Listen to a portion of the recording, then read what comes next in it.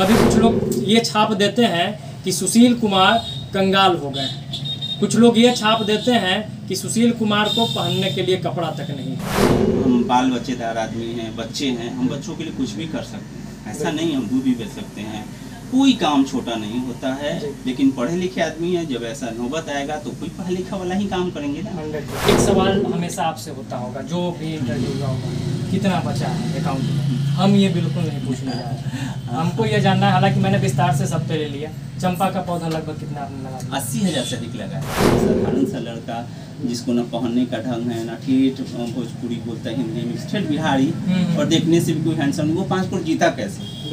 पचा नहीं। और दूसरा ये हम बता रहे उदाहरण कि उसके बाद हमको लाइव बैठा के जीके पूछा जाने लगा, बड़ा बड़ा चैनल।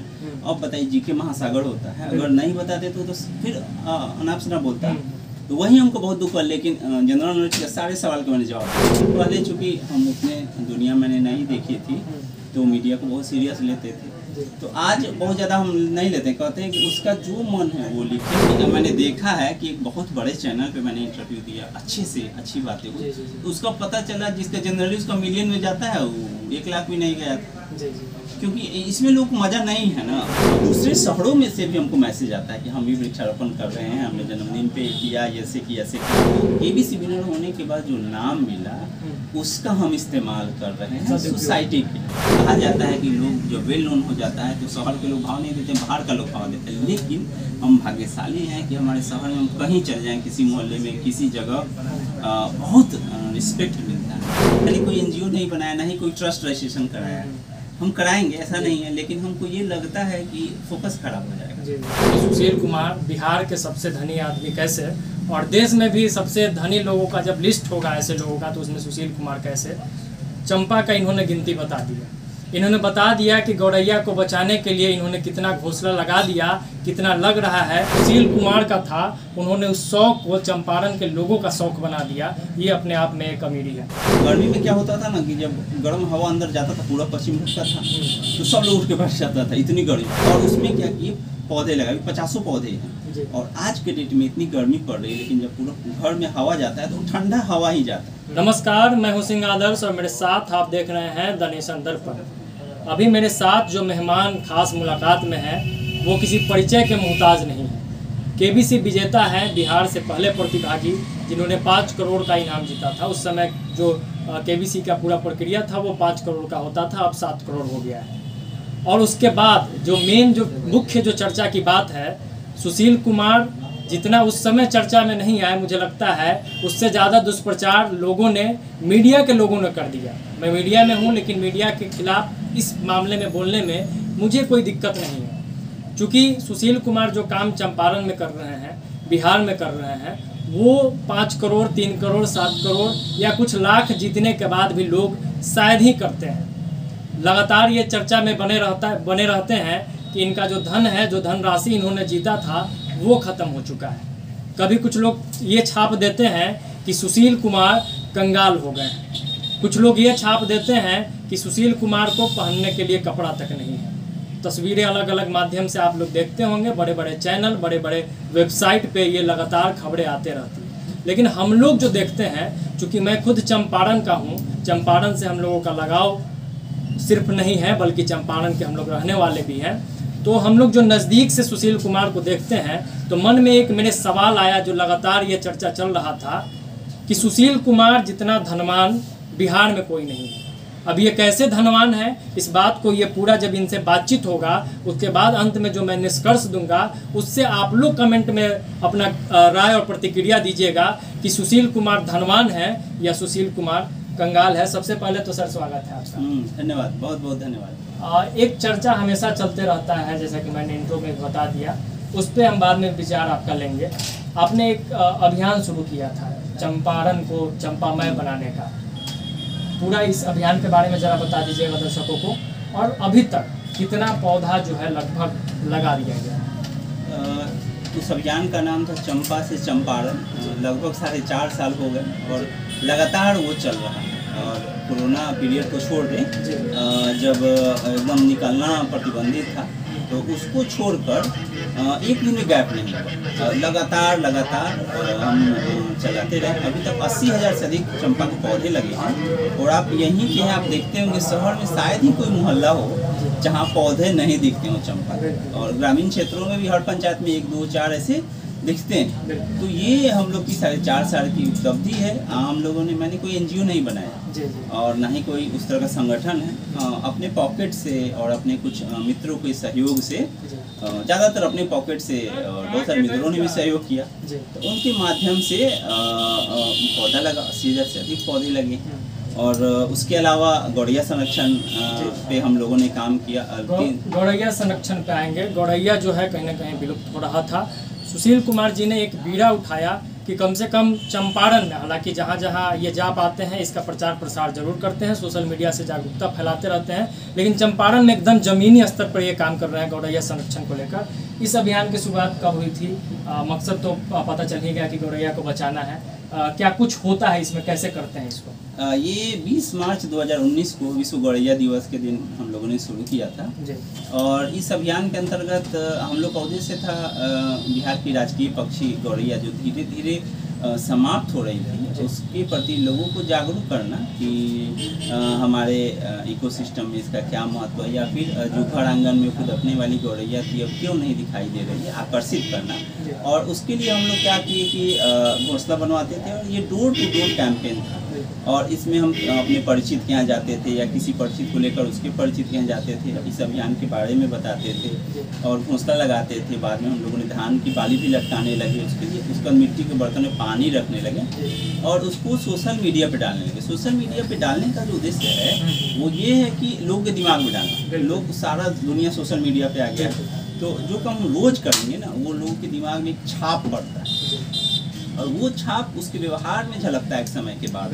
जैसे विज्ञापनों में हम लोग देखते हैं, चूँकि मैं कुछ मनोविज्ञान का विद्यार्थी हूँ तो मुझे मालूम है कि जो छाप का क्या महत्व है। तो उसी दिमाग में छाप के लिए हम लोग रोज़ सोशल मीडिया पे डालते गए और 7,000 से अधिक अभी तक गौरैया के घोंसले लगे और हजारों में रह रही है। आप चूँकि फेसबुक से जुड़े हैं हमसे तो देखते होंगे कि हमेशा गौरैया जो घोंसले में आती है तो हम उसकी तस्वीर डालते हैं। तो इसका एक पॉजिटिव पक्ष ये होता है कि लोग हमसे पूछते हैं कि क्या गौरैया आती है, उनको देखकर बड़ी खुशी हुआ, हम हमारे यहाँ भी आइए। तो ये कि जो है विज्ञापन भी कर रहे हैं, पर्यावरण संरक्षण प्लस इन सब चीज़ों का विज्ञापन करना अपने फेसबुक पर। 20,000 से अधिक लोग हमारे सोशल मीडिया पे जुड़े हुए हैं और हम ये सोचते हैं कि अच्छी चीज़ है पर्यावरण संरक्षण। अभी पर्यावरण की जो स्थिति गंभीर मुद्दा हो चुका है, जल स्तर घट रहा है, ग्लेशियर पिघल रहा है और देख ही रहे मौसम अभी तक बारिश नहीं हुई है। हम लोग ऐसे जगह पे हैं जो सुखाड़ की स्थिति है, टेम्परेचर रिकॉर्ड टेम्परेचर यूरोप में हो रहा है, हमारे यहाँ तो कहना ही क्या है। तो ये कहीं ना कहीं पर्यावरण को जो हम लोगों ने नुकसान पहुँचाया है उसका ये खामियाजा है। तो मैं एक इंडिविजुअल सिटीजन जो है पूरी दुनिया का हम नागरिक मानते हैं, हम विश्व के नागरिक हैं। हम सभी, दुनिया बचेगी तो हमारा देश बचेगा, हमारा राज्य बचेगा, हमारा शहर और हमारा घर बचेगा। तो इसलिए हम लोग अभियान चलाएं, रोज पौधा लगाना और उसका मूल्यांकन करते हैं। ऐसे नहीं है पौधा लगा दिए छोड़, नहीं, मुख्य बात हाँ मूल्यांकन करते हैं। और हमने जैसे चंपा से चंपारण के लिए मेरा चंपा एक पेज बनाया है जिसमें हम डालते हैं कि 4 साल पहले लगाए थे उसकी ये स्थिति है, 2 साल पहले लगाए थे उसकी ये स्थिति है, यानी कि असेसमेंट भी करते हैं क्योंकि उसके बिना इसका कोई महत्व नहीं। उसी तरह गौरैया संरक्षण में घोंसला लगा दिए और जो ही चिड़िया आती है उसका फोटो लेके डाल देते हैं कि आज से 3 महीना पहले 6 महीना पहले लगाए थे, उनके आ गई, बच्चा हो गया, अंडा दिया, जो भी। तो इससे क्या होता है ना कि विश्वसनीयता बढ़ती है कि चलो ये काम कर, लोग जुड़ते हैं। जब विश्वास करेंगे तो आपसे जुड़ेंगे और आपसे नहीं भी जुड़ेंगे तो उन कामों को वो लोग अच्छा मानेंगे कि हमें भी करना चाहिए। आप देखते होंगे कि काफ़ी संस्था ऐसे खुले जो वृक्षारोपण कर रहे हैं, कुछ संस्था शहर में गौरैया का घोंसला वितरित करने का भी काम कर रहे हैं। तो ये ऐसे क्यों हुआ? क्योंकि इसका इसी को कहते हैं इफेक्ट, कहते हैं कि आप जो काम करते हैं उसका क्या प्रभाव। तो इसका ये इफेक्ट है। और सिर्फ बिहार, हम शहर की बात नहीं कर रहे हैं, दूसरे शहरों में से भी हमको मैसेज आता है कि हम भी वृक्षारोपण कर रहे हैं, हमने जन्मदिन पे किया, ऐसे कि आपके अभियान से हम प्रभावित हैं। तो केबीसी विनर होने के बाद जो नाम मिला उसका हम इस्तेमाल कर रहे हैं सोसाइटी के। और एक पॉइंट मैं यहीं ऐड कर देता हूँ कि सुशील कुमार जी धनवान किस मामले में है। अब सोचिए कि पौधा लगाना, गौरैया को बचाना, इनकी मजबूरी तो है नहीं, इनको अकेला तो इस धरती पर रहना नहीं है। तो जो शौक़ सुशील कुमार का था, उन्होंने उस शौक़ को चंपारण के लोगों का शौक़ बना दिया। ये अपने आप में एक अमीरी है। एक और अभियान आपका चला पीपल का, आम के वृक्ष का, इस पे क्या कहना? हम लोगों ने एक अभियान चलाया, पीपल बरगद पौधरोपण अभियान। तो देखिए पीपल का पौधा जो है कट रहा है लेकिन लग नहीं रहा। बरगद की तो अब झगड़ा हो जाता है, हम कहीं लगाने जाते हैं तो लोग झगड़ा करते हैं कि 5 कट्ठा में जगह छेंकता है, आप काहे लगा रहे हैं। तो ये सब होता है। उसके अलावा पकड़ी का पौधा, पीपल बरगद पकड़ी, तीनों का अभियान एक मिला के हम पीपल बरगद पौधरोपण अभियान बनाए, जिसमें 450 से अधिक पीपल लग चुके हैं और सैकड़ों बहुत बड़े हो चुके हैं, जिसका हम डालते हैं। सदर अस्पताल हुआ, अन्य जगह मंदिर बहुत सारा है जहाँ काफ़ी बड़ा हो गया, और बहुत सारे सरकारी विद्यालय हैं जहाँ लोग लगाए, पौधे काफ़ी बड़े हो गए पीपल। तो हम कहा जाता है कि एक पीपल भी अगर आदमी जीवन में लगा ले तो बहुत बड़ी बात है। हम तो 450 भी बढ़ते ही जा रहा है। उसी तरह पकड़ी नहीं दिख रहा था, हर जगह जहाँ मौका मिल रहा है हम पकड़ी लगा रहे हैं। तो इससे क्या होता है, पकड़ी के वृक्षों पर्यावरण के लिए तो सब जरूरी है। बरगद, लेकिन हम बरगद 40-45 ज़्यादा नहीं लगा पाए, क्योंकि बरगद लगाने में दिक्कत करता है। पीपल में दिक्कत इसलिए नहीं करता है, धार्मिक महत्व तो कहता है लोग चलो पूजा पाठ के लिए हम लगा लेंगे। तो ये हो गया। उसके आम महुआ का देखिए क्या होता है कि हमारी संस्कृति से जब हम किसी चीज़ को भावना से जोड़ते हैं ना, तो लोग उसको पकड़ के रखते हैं। तो यहाँ हम आम महुआ का पहले शादी होता है हम लोग के यहाँ, उसके बाद शादी होता है। तो मैंने देखा कि अब हम लोग के शहर में लकड़ी से शादी होता था, क्योंकि आसपास आम महुआ नहीं है। तो कितने स्कूल, मंदिर और सार्वजनिक जगह, वहाँ कोना में हम आम महुआ लगाने लगे कि लोगों को शादी ब्याह में दिक्कत, माने शादी ब्याह के फंक्शन में दिक्कत नहीं है। उसके पीछे उद्देश्य ये था पर्यावरण संरक्षण। महुआ का पेड़ बड़ा होता है, आम का भी बड़ा होता है, तो लोग क्यों लगाने देगा महुआ का पेड़। तो इसी बहाने महुआ का पेड़ लग गया। नीम का पौधा जो दातुन करते, सामने जो पेड़ देख रहे हम ही लगाए, जो दिख रहा नीम का यह भी लगाए। तो ऐसी अनगिनत जगह पे अभी छाया में जो गाड़ी लगाता है, लोग बैठता है, बहुत अच्छा लगता है। तो देसी नीम पौधरोपण अभियान चलाए।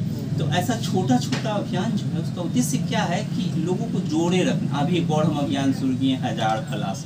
पलाश का पौधा नहीं दिख रहा था हमारे आसपास। पलाश बड़ा पेड़ होता है, पर्यावरण संरक्षण के लिए हो गया। उसके अलावा क्या है कि उसके फूल से पहले होली खेलता था लोग। अगर आप ये सोचिए कि हमारे यहाँ हम 10,000 पलाश का पौधा लगाए और लोग उसको, उसके फूल को पानी में रखिएगा तो पानी का कलर माने होली खेलने वाले रंग जैसा हो जाता है। तो कितना अच्छा हो कि हम लोग केमिकल से नहीं खेले, पूरा भर जाता है। जब होली के समय पूरा भरा रहता, असल मायने में वो नेचुरल हो जाएगा। तो अगर 10,000 हम लगा देते हैं, 20,000 लगा देते हैं, खूब लग रहा है, लगातार लग रहा है। तो आज 5 साल बाद आप कल्पना कीजिए कि प्रचार हो कि आप केमिकल से न खेले, आपके दरवाजे पे जो है, चाहे आपके मोहल्ले में है, वो इतना फूल है कि आप 10 बाल्टी रंग बना सकते हैं एक परिवार को। तो वो उसके लिए कितना अच्छा होगा कि वो उसका तन बदन भी स्वस्थ हो जाएगा और साथ में होली के नुकसान भी नहीं होगा। तो ये सब सोच जो है इसी के माध्यम से हम कुछ कर रहे हैं। अच्छा, सुशील कुमार जी कुछ बीच में पत्थर फोड़ते दिखाई दिए, ये क्या अभियान था? हाँ, दरवाजे का पक्का फोड़ो, परिवार पर्यावरण पक्का फोड़। हाँ, तो इसमें क्या था, हम अपने ही दरवाजे की बात कर रहे हैं। शुरुआत काफी बड़ा था। तो गर्मी में क्या होता था ना कि जब गर्म हवा अंदर जाता था, पूरा पश्चिम ढकता था, तो सब लोग उठ के बैठ जाता था, इतनी गर्मी पड़ती थी। मैंने क्या किया, मैक्सिमम हिस्सा, मैंने आधा से अधिक जो है, अब तो पूरा फूट गया, फुड़वा दिए, आधा से अधिक हिस्सा को फुड़वा दिए और नीचे का जितना गंदा मिट्टी था सब निकलवाया और काफ़ी टेलर माटी भरवाए और उसमें क्या किए, पौधे लगाए। 50 पौधे हैं। और आज के डेट में इतनी गर्मी पड़ रही है, लेकिन जब पूरा घर में हवा जाता है तो ठंडा हवा ही जाता है। 50 से अधिक पेड़ छोटे से कैंपस में है। जब छत से हम देखते हैं तो वो एरिया जंगल की तरह लगता है। और रोज़ सुबह उसी बीच में मिट्टी में हम प्लास्टिक बिछाते हैं और ध्यान करते हैं।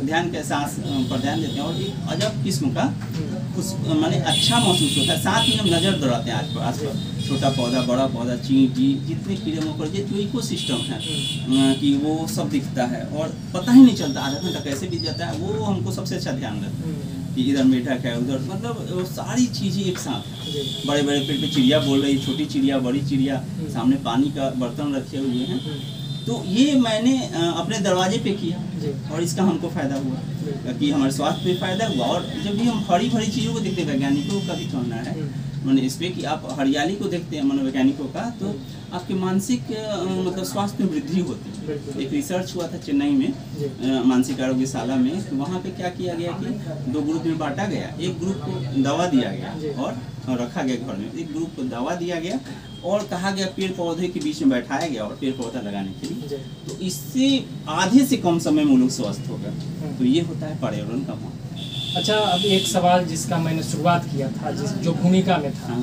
लोगों ने सुशील कुमार को कंगाल कहा, खासकर मीडिया के लोगों ने शराबी कहा। लोगों ने ये कहा कि सुशील कुमार के पास चढ़ने के लिए गाड़ी नहीं है, साइकिल से चलते हैं। एक गंजी में घर का कोई फोटो वायरल हो गया था तो लोगों ने कहा कि पहनने के लिए कपड़ा नहीं है सुशील कुमार को। लेकिन सुशील कुमार ने चंपा लगवा दिया, अन्य जो पर्यावरण से जुड़े काम है वो किया, घोंसला लगवा दिया। आंतरिक सुख कितना मिलता है?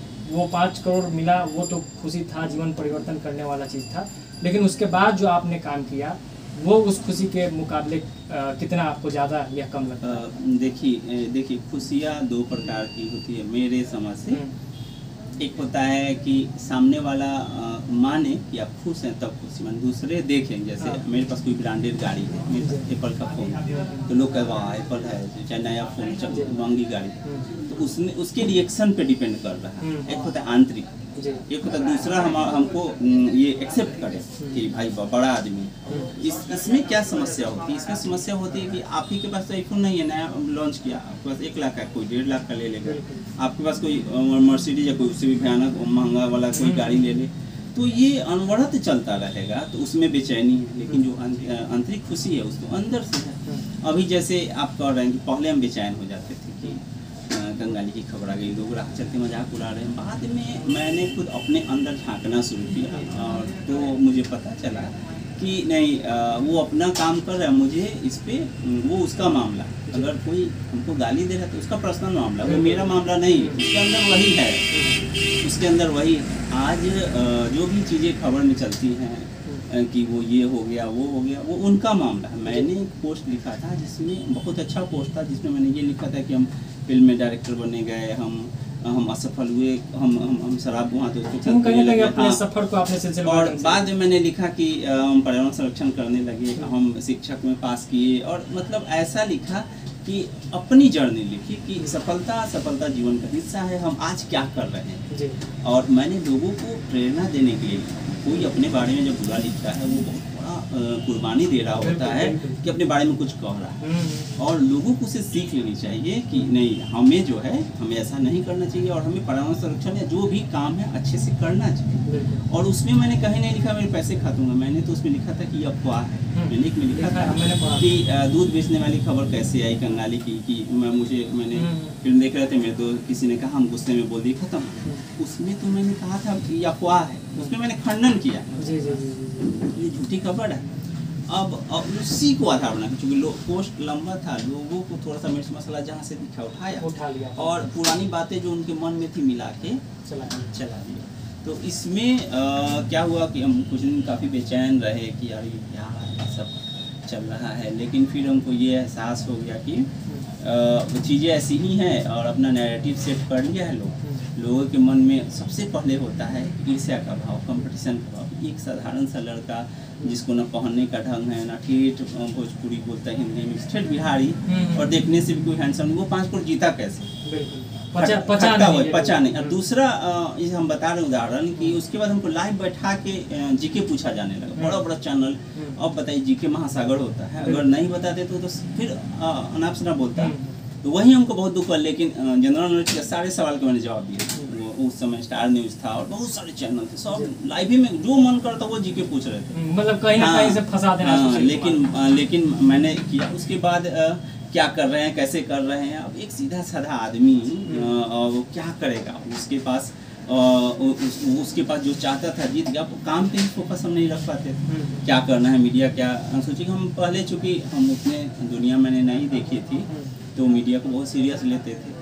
तो आज बहुत ज़्यादा हम नहीं लेते, कहते हैं कि उसका जो मन है वो लिखे, उसका अपना स्टाइल है। आप अच्छा भी बोलिएगा तो उसमें से बुराई वो निकाल लेगा अगर वो चाहेगा। तो इसलिए, और धीरे धीरे हम सीखे भी। दुनिया क्या है, 10 साल आज हो गया KBC जी, तो 10-11 साल हो गया। तो इन 11 सालों में मैंने बहुत कुछ सीखा है। तो बस यही है। और पहले दुख होता था कि यार अब ये बोल रहा है वो बोल रहा है, अब लगता है ठीक है बोलो। अब रही बात नैरेटिव सेट करने की, तो ओवरऑल जब हमारा पूरा जीवन का सफ़र खत्म होता है तब वो समय जो विचार बनता है वो ओरिजिनल रहता है। और कभी कभी ऐसा होता है कि आदमी के चले जाने के 100-200 साल बाद असली चीज़ें आती हैं उसके बारे में। तो ये ऐसी ही दुनिया है, और संभवतः दुनिया आगे भी ऐसी रहेगी, थोड़ी सी बदलेगी। पहले भी दुनिया ऐसी थी। जो अच्छा करते हैं एग्ज़ाम हमेशा उन्हीं को देना पड़ता है, और बाकी जो लोग हैं जैसे हैं वैसे ही रहेंगे। वो भीड़ है, उनको मतलब नहीं होता है कि सच्चाई क्या है। वो बहुत एक टर्म है गूगल जीवी, जैसे बहुत सारे जीवी हैं, तो हम तो गूगल जीवी मानते हैं कि वो गूगल कर लेगा, और गूगल कर लेगा। गूगल पे अगर 90% बातें सही होती है तो 10% गलत भी होती है। गूगल में क्या रहता है, जो ज़्यादा पढ़ा गया वो सबसे ऊपर है। अब किसी के बारे में बुरा लिखा, अगर सबसे मान लीजिए किसी के बारे में कोई बुरा बात लिख दी है, तो अब बुरा लिखा और आदमी के मन में नेगेटिव चीज़ों के प्रति गजब आकर्षण, तो वो क्या करेगा, उसको दिखता जाएगा वो सबसे ऊपर चला जाएगा। और मेरे साथ भी यही है, सुशील कुमार के भी विनर खोजेंगे तो नीचे सही खबरें रहती हैं। क्योंकि मैंने देखा है कि एक बहुत बड़े चैनल पे मैंने इंटरव्यू दिया, अच्छे से अच्छी बातें हुई, तो उसका पता चला जिसका जनरली उसका मिलियन में जाता है वो 1 लाख भी नहीं गया था। क्योंकि इसमें लोग मज़ा नहीं है ना, तो क्योंकि जो अच्छी वो लगता है मज़ा क्या है, मसाला क्या है। करोड़पति का कंगाल होना मसालेदार है, मज़ेदार है, लेकिन करोड़पति के अकाउंट में करोड़ रुपया होना ये कोई खबर नहीं है, लोगों को मज़ा नहीं आता।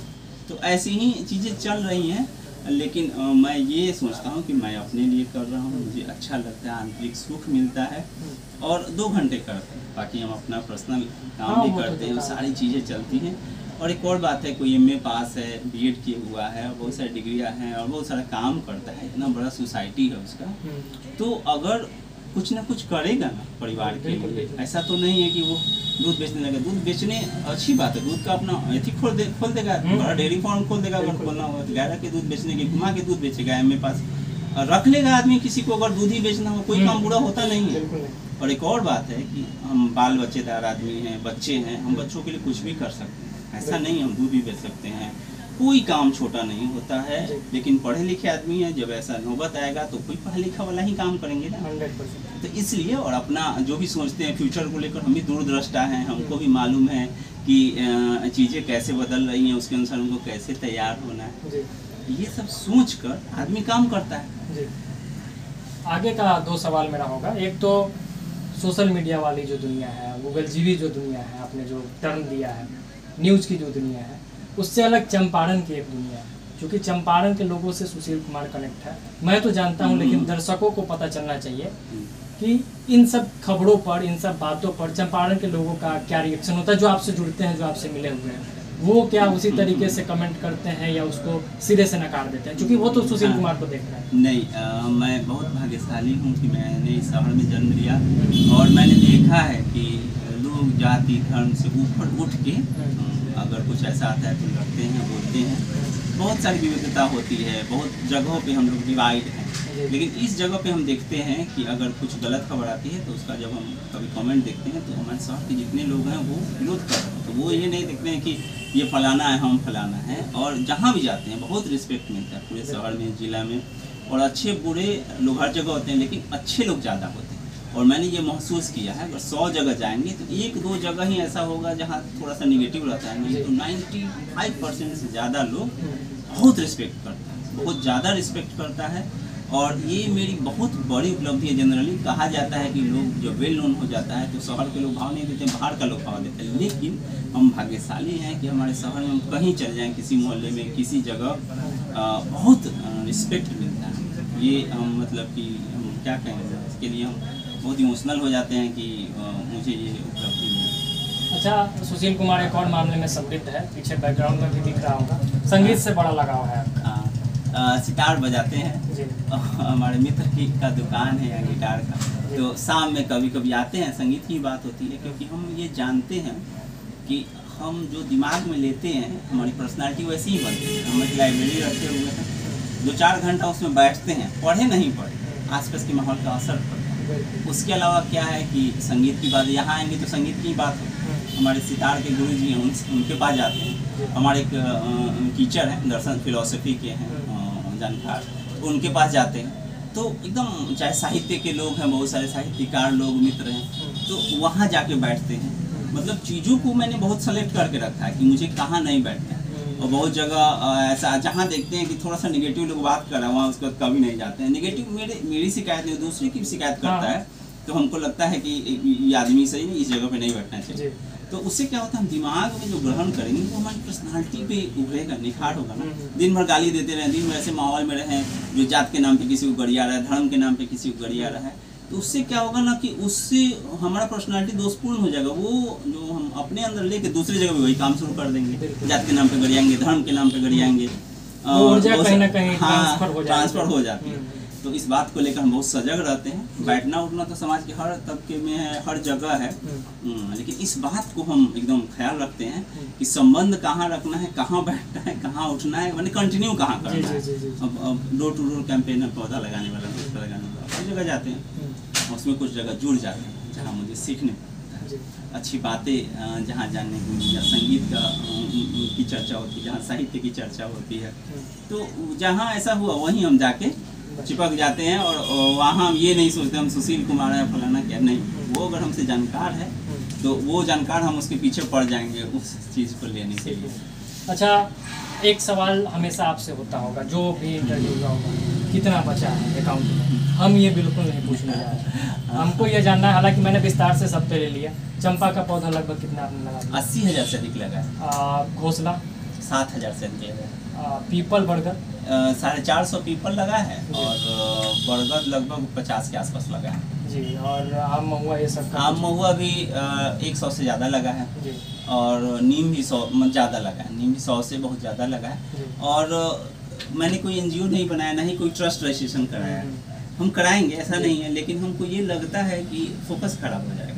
मान लीजिए कि इतना अच्छा विश्वास है, हो सकता है बहुत लोग पैसा देने लगे, तो उससे क्या होगा, हमको पैसा मैनेज करने में ना हमारा दिमाग का बहुत एनर्जी चला जाएगा। अब क्या 2 पौधा लगाते हैं, 4 10 को मैक्सिमम लगाते हैं पौधा, इतना तो अपने पॉकेट से कर लेते हैं। पॉकेट से नहीं, बहुत सारे दोस्त हैं, कोई रेलवे में है, कोई डॉक्टर है, किसी से कहते हैं 50 को पौधा दे दो अधिकार से, तो वो दे देता है, अकाउंट में दे देता है नर्सरी वाले को, वहाँ से हम ले लेते हैं। तो ये सब कामों में चलिए जा रहा है, तो कहीं ना कहीं मेरी अंतरात्मा रोकती है। हालांकि बहुत सारे दोस्तों ने ये कहा है कि अगर आदमी ट्रस्ट बना लेगा तो इसका विस्तार हो सकेगा, लेकिन हम 5 साल से लगातार यही सोच रहे, बनाए नहीं बनाए, बनाए नहीं बनाए। अच्छा, एनजीओ नहीं है, लाइब्रेरी है अपने घर में? हाँ, लाइब्रेरी संगीत से जुड़ा हुआ। अब जो मेरा आखिरी कमेंट जिस पर मैं आ रहा था कि सुशील कुमार बिहार के सबसे धनी आदमी कैसे, और देश में भी सबसे धनी लोगों का जब लिस्ट होगा ऐसे लोगों का, तो उसमें सुशील कुमार कैसे, चंपा का इन्होंने गिनती बता दिया।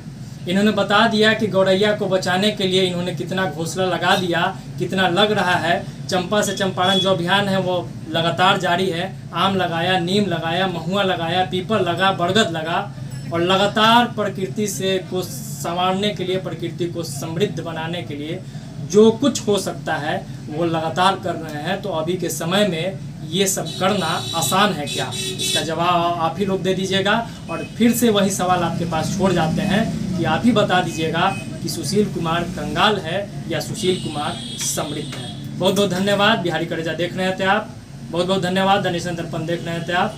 जय बिहार। हाँ, एक और बात, हाँ, ये जो भी देख रहे हैं उनसे हम ये कहेंगे कि थोड़ा सजग होइए अपने आसपास, पर्यावरण संरक्षण के लिए गैर जरूरी रूप से पेड़ नहीं काटिए। मान लीजिए आज हम लोग पेड़ लगा रहे हैं, जो 50 साल पुराना पेड़ है, 40 साल, वो तो बनने में बहुत समय लगेगा ना, वो कितने पक्षियों को छाया दे रहा है। तो ये ऐसे करके चिड़ियों के लिए अपने छत पे पानी रखिए, मिट्टी के बर्तन, छोटे छोटे काम है।